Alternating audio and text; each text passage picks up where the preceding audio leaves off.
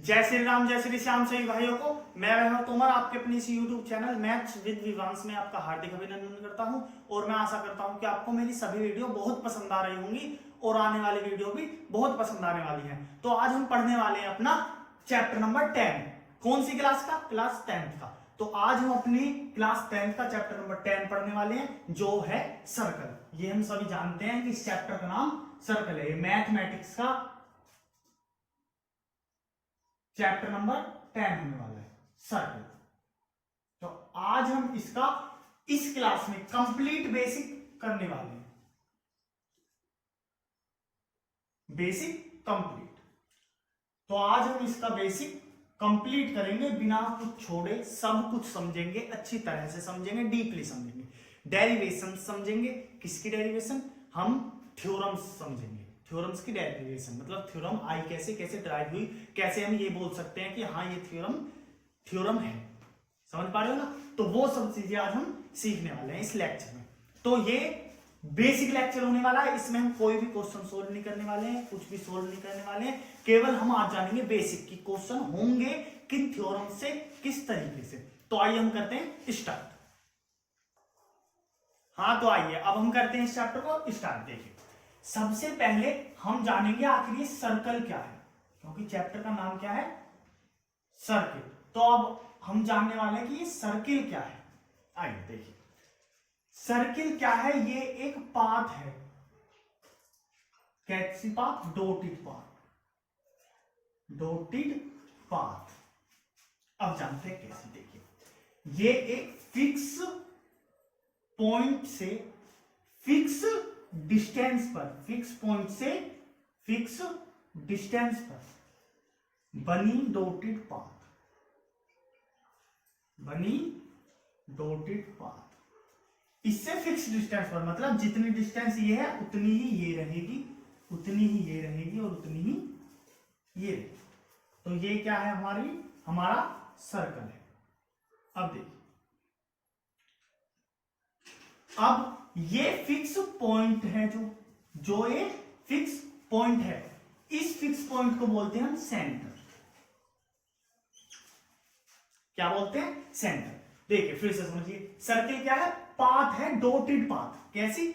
एक fix point से fix distance पर बनी हुई डॉटेड पाथ, उसको ही क्या बोलते हैं? सर्किल बोलते हैं। अब ये फिक्स पॉइंट को हम सेंटर बोलते हैं और जो ये फिक्स डिस्टेंस है इसको हम रेडियस बोलते हैं। क्या बोलते हैं? रेडियस। ठीक है, इसको सेंटर, इसको रेडियस। अब ये डॉटेड पाथ जो है चारों तरफ, इसको हम नाम देते हैं सर्क्यूमफेरेंस। सर्क्यूमफेरेंस। तो ये fix point, centre, fix distance, radius, और ये पाथ जो है उसको हम बोलेंगे सर्क्यूमफेरेंस। क्या बोलेंगे? सर्क्यूमफेरेंस। तो ये हम इसके नेम, देखिए ये इसके छोटे छोटे नेम हुए। अब इससे रिलेटेड कुछ चीजें समझना शुरू करते हैं। आइए छोटी छोटी देखिए, इनको मैं मिटा देता हूं। अब देखिए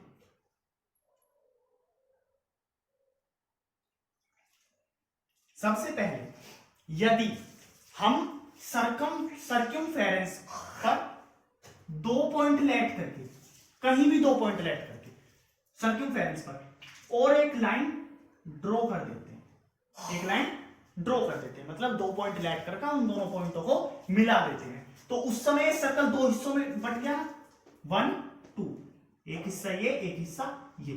तो इस लाइन को बोला जाता है कोड। क्या? कोड। तो जब सर्क्यूमफेरेंस पर कहीं भी 2 पॉइंट लेट करके हम एक लाइन ड्रॉ कर लेते हैं, उस लाइन को बोला जाता है कोड। क्या बोलते हैं भाई? कोड। उस लाइन को कोड बोलते हैं। अब देखिए जब ये कोड सेंटर से पास होती हुई जाती है, किससे पास? सेंटर से। जब ये कोड सेंटर से पास होती हुई जाती है तो ये सर्कल की सबसे बड़ी कोड हो जाती है। फिर इसका नाम बोलते हैं हम डायामीटर। डायामीटर। जब ये कोड सेंटर से पास होती हुई जाती है सर्कल के, तब इसका नाम हो जाता है डायमीटर।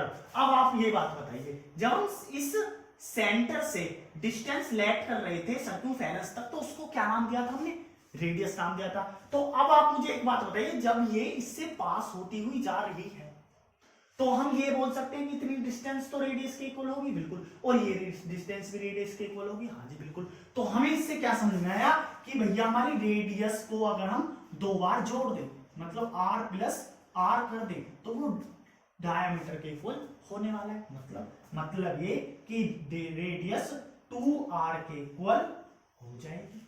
हाँ जी, इतना हमें समझ में आ गया। ये थी इसकी बेसिक छोटी छोटी चीजें। आइए अब इसके ऊपर हम पढ़ना शुरू करते हैं, थोड़ा बड़ा लूप। आइए देखिए, हमने डायमीटर समझा, हमने रेडियस समझा, हमने कोड समझा, सर्कमफेरेंस समझा, सेंटर समझा, और सर्कल समझा कि सर्कल आखिर है क्या। तो सर्कल से हमने क्या समझा अभी तक? सर्कल से हमने ये समझा कि ये एक लोकस है, पॉइंट्स का एक डॉटेड पाथ होने वाली है। ठीक है जी, इतना हम अच्छी तरह से समझ चुके हैं। अब देखिए, अब हम सबसे पहले एक सर्कल लेट करते हैं।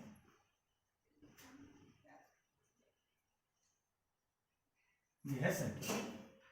अब देखिए, ये इसका सेंटर है, ये सर्कमफेरेंस है सर्कल की, ये सेंटर है। अब देखिए, यदि कोई भी लाइन सर्कल को उसकी सर्कमफेरेंस पर 2 पॉइंट्स पर काटती हुई चली जाए, 2 पॉइंट्स पर कट कर दे, एक पॉइंट। अब देखिए, जब हमने कोड समझा ना, तो वो केवल सर्कल के सर्कमफेरेंस के ऊपर 2 पॉइंट लाई करके एक लाइन ड्रॉ करी थी। लेकिन अब बाहर से कोई एक्सटर्नल लाइन आ रही है और इसको काटते हुए जा रही है, तो इस समय इस लाइन का नाम कोड नहीं, इस समय होगा इस लाइन का नाम सेकेंड।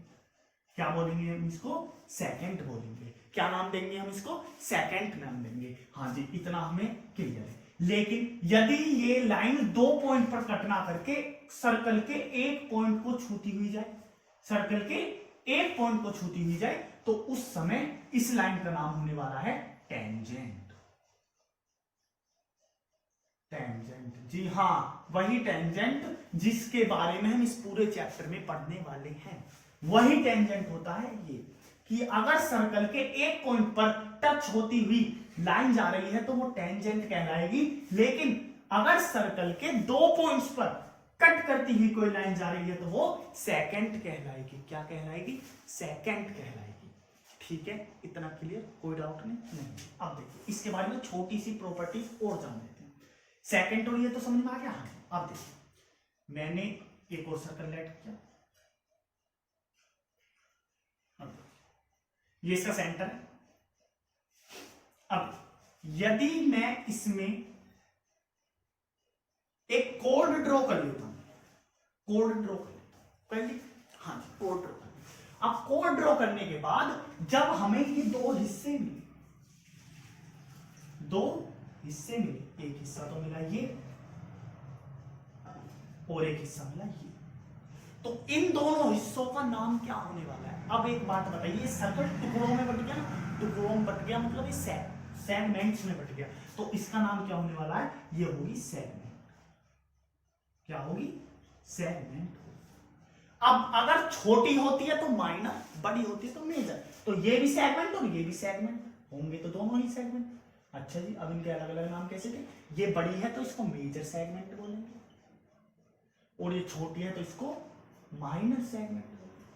कोई बड़ी बात नहीं जी, कोई बड़ी बात नहीं। एक बार फिर से समझते हैं। देखिए, अगर सर्कल के 2 पॉइंट्स को कट करती है, सर्कमफेरेंस पर सर्कल के 2 पॉइंट्सों पर कट करती हुई लाइन को हम सेकेंड बोलेंगे, जबकि एक पॉइंट पर टच करती हुई जाती हुई लाइन को हम टेंजेंट बोलेंगे। ठीक है जी, इतना हम समझ चुके हैं। और कुछ? हाँ जी, और कुछ भी क्या है, यदि हम कोई कोड ड्रॉ कर लेते हैं, सपोज दैट मैंने ये ए बी कोड ड्रॉ कर लिया, ओ सेंटर का नेम है, यहां पर भी ओ सेंटर का नेम है, और हमने इसको एरिया को सेगमेंट नाम दिया, इसको भी हमने सेगमेंट नाम दिया। और ये मेजर सेगमेंट बोला क्योंकि ये बड़ा है, ये माइनर सेगमेंट बोला क्योंकि ये छोटा है। कोई बड़ी बात नहीं है, नहीं जी। एक बार और देख लीजिए, एक छोटी सी चीज, क्या देखिए, यदि मैं इस सर्कल एक रेडियस ऐसे कर लूं, एक लाइन ऐसे ड्रॉ कर दूं,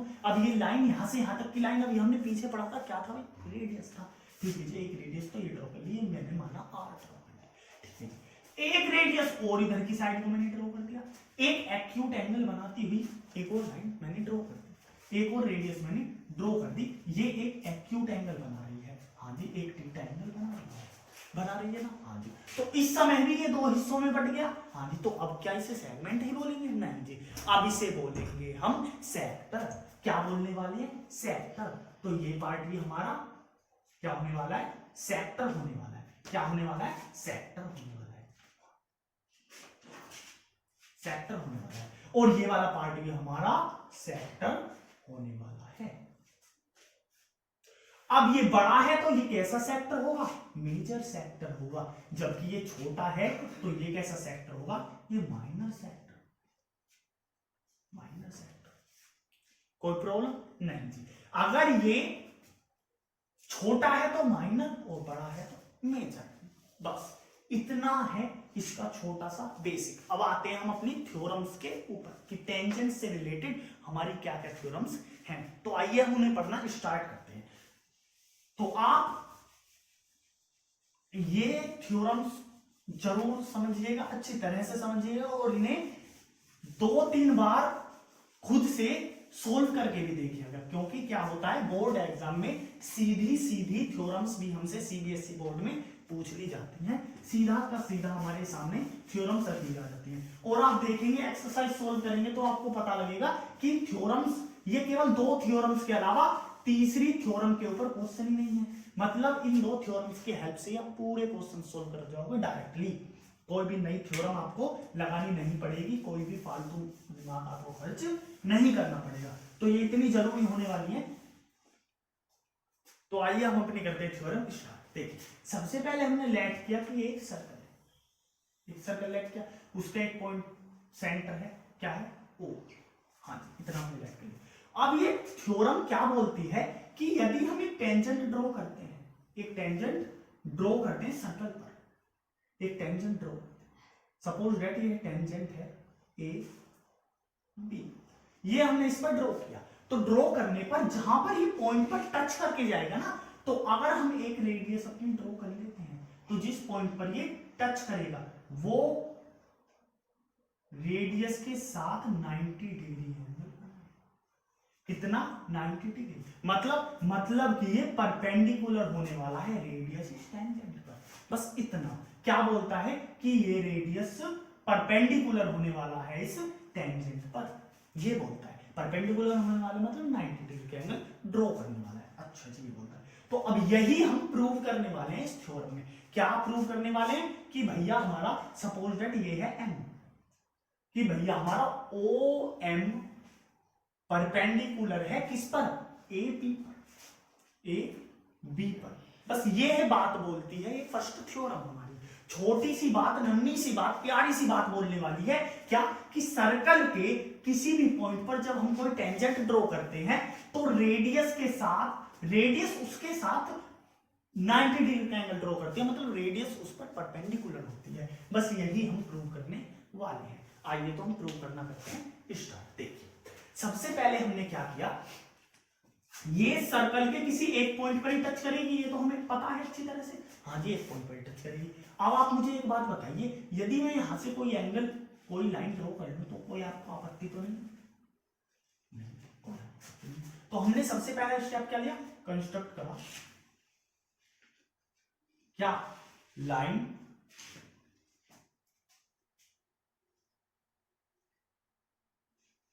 कंस्ट्रक्ट ए लाइन, इसको माना मैंने n, construct a line O N at A B, A B पर मैंने ओ एन लाइन क्या करी? कंस्ट्रक्ट कर दी। सबसे पहले ये काम किया। अब आप मुझे एक बात बता दीजिए, बस छोटी सी, ज्यादा बड़ी बात पूछूंगा नहीं, एक छोटी सी बात पूछने वाला हूं। आप मुझे एक बात बताइएगा, एक बात नन्ही सी, कि यहां पर अगर मैं कोई पॉइंट लेट करूं, यहां पर लेट करूं, मैंने उसे सपोज दैट आर बोला, मैंने उसे आर बोला, तो आप मुझे एक बात बताइए, क्या मैं ये बोल सकता हूं कि ओ एम इक्वल है ओ आर के या नहीं? नहीं, बताइए, एक छोटी सी बात बताइए, क्या मैं बोल सकता हूं कि ओ एम ओ आर के इक्वल है? बात को समझने का प्रयास करेंगे, ज्यादा हार्ड नहीं है, कंफ्यूज नहीं। ओ एम ओ आर के इक्वल है, कैसे? ये भी एक रेडियस है, ये भी एक रेडियस है, बिल्कुल सही बात भाई। सर्कमफेरेंस पर कहीं भी लाइन ड्रॉ कर दे, एक रेडियस ही होने वाली है। हाँ जी, हमने समझ लिया है, तो ये भी एक रेडियस है, ये भी एक रेडियस है, तो मैं क्या बोल सकता हूँ? ओ एम ओ आर के इक्वल है। हाँ जी, तो एक और बात बताइए, क्या ये बोल सकता हूं कि ओ आर से बड़ा है ओ एम? बोल सकता हूं? हाँ जी, बिल्कुल बोल सकता हूं, ओ आर से ओ एम बड़ा है। तो क्या मैं ये बोल सकता हूं कि ओ एम से बड़ा है ओ एम? हाँ जी, ये बोल सकता हूं, बोल सकता हूं। तो कोई कंफ्यूजन तो नहीं है अभी तक? नहीं। चलो इस पॉइंट को छोड़ो, मैं एक और पॉइंट लेफ्ट कर लिया, बहुत पास, बहुत ही ज्यादा। अब आप मुझे एक बात बताइए, ये पॉइंट है पी, पी पॉइंट है। अब मैं क्या ये बोल सकता हूं, और मैंने यहां पर एक छोटा सा पॉइंट लेट किया क्यू। अब आप मुझे एक बात बताइए, क्या मैं ये बोल सकता हूं कि ओ क्यू इक्वल है ओ एम के? हाँ जी, बोल सकता हूं। तो मैं क्या ये बोल सकता हूं कि ओ क्यू ग्रेटर देन है, लेस देन है, सॉरी, ओ पी के? देखिए ये ऐसा क्यों हुआ? क्योंकि ये भाई साहब रेडियस है, रेडियस है। ये ऐसा क्यों हुआ? क्योंकि भाई साहब ये रेडियस है। इतना मैं समझ, तो मैं क्या ये बोल सकता हूं? बिल्कुल बोल सकता हूं। तो इसके अकॉर्डिंग क्या मैं ये बोल सकता हूं कि ओ एम छोटा है ओ पी से?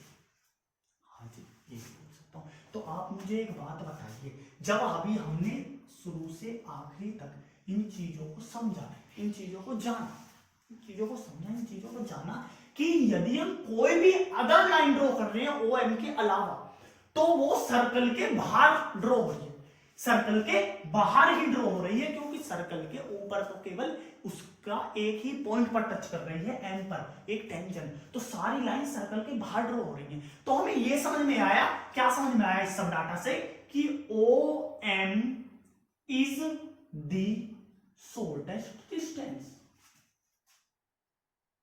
Shortest distance from the center, from the center O centre से सबसे स्मॉलेस्ट डिस्टेंस ओ एम होने वाली है। हाँ जी, इतना हमें समझ में आया। अब आप मुझे एक बात बताइए, शॉर्टेस्ट डिस्टेंस ही तो परपेंडिकुलर होती है। हाँ जी, होती है। तो मैं इसके हिसाब से ये बोल सकता हूं कि ओ एम परपेंडिकुलर है ए बी के, बोल सकता हूं। हाँ जी, बिल्कुल बोल सकता हूं। तो यही तो था, यही तो था, यही तो प्रूव करना था, कुछ बड़ी बात नहीं। देखिए एक बात, मैंने ओ एम को आर के इक्वल बोला क्योंकि रेडियस है। हाँ जी बोलो, मैंने ओ आर ओ एम से बड़ा है, हम ओ आर ओ एम से छोटा है, हमें ये पता है। हाँ जी, तो ओ एम भी छोटा होगा, बिल्कुल। इसी तरह से अगेन लेट किया, अगेन कंस्ट्रक्ट किया सॉरी, अगेन कंस्ट्रक्ट किया, तो हमें फिर पता लगा क्या, कि ये रेडियस है, इक्वल, बिल्कुल। हमने फिर कंस्ट्रक्ट किया, तो हमें ये भी पता लग गया साथ के साथ कि ओ क्यू लेस देन है किससे, ओपी से। हाँ जी, फिर हमें ये भी पता लग गया, जब ये छोटा है तो भैया ओ एम भी हमारा छोटे होने वाला है। ठीक है जी, इतना भी पता लग गया। अब आप मुझे एक बात बता दीजिए छोटी सी, हम सारी जितनी भी लाइन ड्रॉ कर रहे हैं वो आउटसाइड द सर्कल ड्रॉ कर रहे हैं, तो वो हमेशा ओ एम से छोटे होने वाली है, ओ एम से छोटे होने वाले। तो हमें ये पता लगे कि ओ एम शॉर्टेस्ट डिस्टेंस है। ठीक है जी, और शॉर्टेस्ट डिस्टेंस मतलब वो परपेंडिकुलर है, शॉर्टेस्ट डिस्टेंस ही परपेंडिकुलर होता है। तो एक थ्योरम हमारी इस तरीके से क्या हो गई है, प्रूव हो गई है। इसी तरीके से, इतने ही अच्छे तरीके से हम सेकंड इक्वेशन सोल्व करने वाले हैं, सेकंड थ्योरम सोल्व करने वाले हैं, सॉरी सेकंड थ्योरम सीखने वाले हैं। आइए उसको सीखते हैं। देखो कुछ भी नहीं है, बिल्कुल सेम इसी तरह से हो जाएगी, और इन थ्योरम्स को आपको सोल्व करके देखना है अच्छी तरह से खुद से। तो आइए अब हम स्टार्ट करने वाले हैं अपनी सेकंड थ्योरम। देखिए सेकंड थ्योरम हमारी क्या बोलती है, आइए जानते हैं। देखिए सबसे पहले हम सर्कल ड्रॉ कर लेते हैं।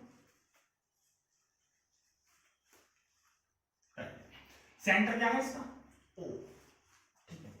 अब दूसरी थ्योरम क्या बोलती है, दूसरी थ्योरम हमारी यह बोलती है कि किसी एक्सटर्नल पॉइंट से, किसी एक्सटर्नल पॉइंट से, सपोज दैट ये एक्सटर्नल पॉइंट, बिल्कुल किसी एक्सटर्नल पॉइंट से बनाई गई दो टेंजेंट, बनाई गई दो टेंजेंट सर्कल पर, सर्कल पर बनाई गई दो टेंजेंट, सर्कल पर बनाए गए दो टेंजेंट, सर्कल पर बनाए गए दो टेंजेंट, खींचे गए दो टेंजेंट हमेशा इक्वल लेंथ के होंगे। मतलब यहां से यहां तक और यहां से यहां तक लेंथ इक्वल होगी। मतलब जैसे कि सपोज दैट ये है पॉइंट ए, ये है बी एंड ये है सी, ये दो टेंजेंट है इस एक्सटर्नल पॉइंट ए से। इस एक्सटर्नल पॉइंट ए से दो पॉइंट है, दो टेंजेंट ड्रॉ करी गई हैं, एक ए बी और एक ए सी, ठीक है जी। दो टेंजेंट ड्रॉ करी गई हैं, एक तो ए बी और एक ए सी, इस एक्सटर्नल पॉइंट से। हाँ जी, तो यह बोलता है, क्या बोलता है कि ये दोनों की दोनों लेंथ इक्वल रखेंगी। मतलब सेकंड थ्योरम क्या बोलती है कि ए बी हमारा इक्वल होगा ए सी के, इतनी सी बात बोलती है। तो आइए हम इसको प्रूव करते हैं। मतलब सर्कल के किसी भी एक्सटर्नल पॉइंट से जब हम दो रेडियस ड्रॉ करते हैं सर्कल पर, तो वो हमेशा इक्वल लेंथ की ड्रॉ होती है। आइए यही बात हम प्रूव करने वाले हैं। आप मुझे एक बात बताइए, क्या मैं इन दोनों को जोड़ दूं? हाँ जी जोड़ दो। ये दोनों इक्वल होंगी, हाँ जी इक्वल होंगी। ये भी आर है और ये भी आर है, ये भी रेडियस है और ये भी रेडियस है। यहां 90 डिग्री का एंगल ड्रॉ होगा, अभी हमने पिछले थ्योरम में सीखा, यहां भी 90 डिग्री का ड्रॉ होगा। हाँ जी यहां 90 डिग्री का ड्रॉ होगा। अब देखिए, अब मैं क्या करूं कि ये दोनों लाइन इक्वल हो जाए। अब आप मुझे एक बात बताइए, यहां आपको ट्राइंगल से समझ रहे हैं क्या? हाँ जी, अगर मैं ऐसी लाइन को ड्रॉ कर दूं, ऐसी लाइन को ज्वाइन कर दूं, मैंने क्या किया, ज्वाइन किया क्या, ए ओ को, ए ओ को मैंने क्या कर दिया, ज्वाइन कर दिया, ज्वाइन कर दिया, एक लाइन बना दी। हाँ जी, अब मुझे दो अलग अलग ट्राइंगल चमक रहे हैं। अब आप मुझे एक बात बताइए, हमने क्लास 9th में एक चीज सीखी, क्या सीखी कि यदि हम ट्राइंगल को कॉन्ग्रुएंट बोल दें, दोनों ट्राइंगल को कॉन्ग्रुएंट बोल दें, तो उनकी सारी साइड्स एक दूसरे के इक्वल और सारे एंगल एक दूसरे के इक्वल हो जाते हैं। हाँ जी, तो उस तरीके से क्या मैं ए बी को ए सी के इक्वल प्रूव कर पाऊंगा? आइए देखते हैं, क्या मैं ए बी को ए सी के इक्वल प्रूव कर पाऊंगा? क्या ये एक ट्राइंगल है? हाँ जी। क्या ये एक ट्राइंगल है? हाँ जी बिल्कुल कर पाएंगे, बिल्कुल कर पाएंगे। आइए हम स्टार्ट करते हैं। आप मुझे एक बात बताइए, मैंने लिया इन triangle A B O and triangle A C O, इन दोनों ट्राइंगल में मुझे आप एक बात बताइए, एंगल बी इक्वल है एंगल सी के या नहीं, या नहीं, या नहीं? बिल्कुल है। कैसे है? क्योंकि दोनों ही एंगल 90 डिग्री के हैं, दोनों ही एंगल 90 डिग्री के हैं। 90 डिग्री के क्यों हैं? क्यों है? क्योंकि बाय थ्योरम 1, हम थ्योरम 1 से ये बोल सकते हैं क्या कि ये दोनों एंगल 90 डिग्री के हैं, तो ये इक्वल है। हाँ जी, रीजन लिखना बहुत ज्यादा जरूरी होता है। ठीक है, अब देखिए अगला, क्या मैं एक बात बोल सकता हूं क्या कि भाई साहब हमारा ए ओ इक्वल है ओ ए के? क्या बोल रहे हो? ये बोल रहे हैं कि ये लाइन कॉमन है, यह लाइन कॉमन है। इक्वल क्यों है? क्योंकि ये लाइन कॉमन है। क्या है? कॉमन है। आप दोनों ट्राइंगल गौर से देखिए, ए B O and A C ओ, इसमें क्या ये कॉमन है या नहीं? ये कॉमन है या नहीं? ये कॉमन है या नहीं? हाँ जी बिल्कुल कॉमन है। कॉमन है तो सेम है, बिल्कुल सेम है। अब आप मुझे एक और बात बता दीजिए, छोटी सी, ज्यादा बड़ी नहीं, ये दोनों रेडियस इक्वल है या नहीं? हाँ जी बिल्कुल है। तो मैं ये भी बोल सकता हूं कि भाई साहब हमारा बी ओ इक्वल है सी ओ के। क्यों जी? क्योंकि ये रेडियस है, रेडियस है। हाँ जी। अब आप मुझे एक बात बता दीजिए छोटी सी, 90 डिग्री एंगल है मतलब क्या है, राइट एंगल है। क्या है, राइट एंगल है। ठीक है, AO है मतलब हाइपोटेन्यूस है। अब भाई साहब आपने हाइपोटेन्यूस क्यों बोला, साइड क्यों नहीं बोला, अभी सब बातें बताऊंगा, कंफ्यूज नहीं होना। ये क्या है, ये एक साइड है, तो हमारा इतना हमें मिल गया। तो हमें दिमाग में आया, हमने 9th क्लास में सीखा क्या, कि एक प्रॉपर्टी होती है by RHS, triangle ABO congruent होगा किसके, ट्राइंगल ACO के, ACO के। तो मैं बोल पाऊंगा क्या कि AB सो क्या, कि AB इक्वल टू AC, किसके द्वारा, by CP CT, corresponding parts of congruent triangle, corresponding parts of congruent triangle. तो AB इक्वल होगा AC के। अब आप एक बात बस दिमाग में खटक रही है, एक बात छोटी सी, क्या कि मैंने RHS क्यों बोला इसको, मैंने ऐसा क्यों नहीं बोला कि ये एंगल है, ये साइड है और ये साइड है। तो मैंने ऐसा क्यों नहीं बोला कि मैं इसको साइड एंगल, साइड से कॉन्ग्रुएंट बोल सकता हूं, मैंने ऐसा क्यों नहीं बोला, क्योंकि हम अच्छी तरह से पहले ही पढ़ चुके हैं, इतने हम पहले से समझदार हैं कि ये एंगल होता है इंक्लूडेड एंगल। कैसा एंगल होता है, इंक्लूडेड एंगल होता है। इंक्लूडेड कैसा, इन दोनों साइडों के बीच का बना एंगल, इन दोनों साइडों के बीच का बना एंगल होता है। तो इस वजह से हम इसको साइड एंगल साइड से नहीं बोल सकते हैं, यह इंक्लूडेड एंगल होता है, दोनों साइड से रिलेट करता हुआ एंगल। तो हम इसे इस वजह से नहीं बोल सकते। तो हम क्या बोलेंगे कि 90 डिग्री है तो राइट एंगल, और इसे हाइपोटेन्यूस। अब इसे हाइपोटेन्यूस क्यों बोला, हम बताते हैं। देखिए 90 डिग्री के जस्ट अपोजिट साइड, 90 डिग्री के जस्ट अपोजिट साइड ही तो हाइपोटेन्यूस होती है। ये हमने अच्छी तरह से सीखा हुआ है कि किसी भी ट्राइंगल में हम चैप्टर 8 में अच्छी तरह से सीखा हुआ है, समझा हुआ है ट्रिग्नोमेट्री में, कि किसी भी ट्राइंगल में जो 90 डिग्री का एंगल ड्रॉ होता है उसके जस्ट अपोजिट साइड हाइपोटेन्यूस कहलाती है। जब हम कोई थीटा लेट करते हैं, जस्ट उसके अपोजिट साइड परपेंडिकुलर कहलाती है, बी ये साइड बेस कहलाती है। तो इससे हमने हाइपोटेन्यूस समझ लिया। हाँ जी, अब आप मुझे एक बात और बता दीजिए, छोटी सी बची हुई तो साइड बची ना, तो हमारे पास पूरी प्रॉपर्टी हमारी कंप्लीट RHS की, RHS right angle hypotenuse side, तो उससे हम बोल सकते हैं कि AB इक्वल है AC के। तो आज हमने अपना क्लास 10th का चैप्टर नंबर 10 का पूरा बेसिक कंप्लीट कर लिया है। विश्वास मानिए, इसके अलावा, इन दो थ्योरम्स के अलावा आपको किसी भी नई चीज की जरूरत नहीं पड़ने वाली है। ये सब क्वेश्चंस में बस आपको थोड़ी सी बेसिक नॉलेज होनी चाहिए और ये थ्योरम्स पता होनी चाहिए। इसके अलावा पूरी की पूरी एक्सरसाइज कंप्लीट होने वाली है इन्हीं थ्योरम्स से। तो आशा करता हूं आपको बहुत अच्छे से समझ में आई होंगी, और यह है एग्जाम के लिए, बोर्ड एग्जाम के लिए भी बहुत ही ज्यादा जरूरी होने वाली है। CBSE के लिए तो बहुत ही ज्यादा जरूरी है। इसमें से सीधे की सीधी भी CBSE में पूछ ली गई है कि प्रूव करिए कि किसी एक्सटर्नल पॉइंट से ड्रॉ करी गई टेंजेंट किसी सर्कल पर इक्वल लेंथ की होती है। इस तरीके से हमसे सीधा पूछ लिया गया है। तो आज हम अपनी यह क्लास कंप्लीट कर चुके हैं। तो आशा करता हूं आपको बहुत पसंद आई होंगी। धन्यवाद।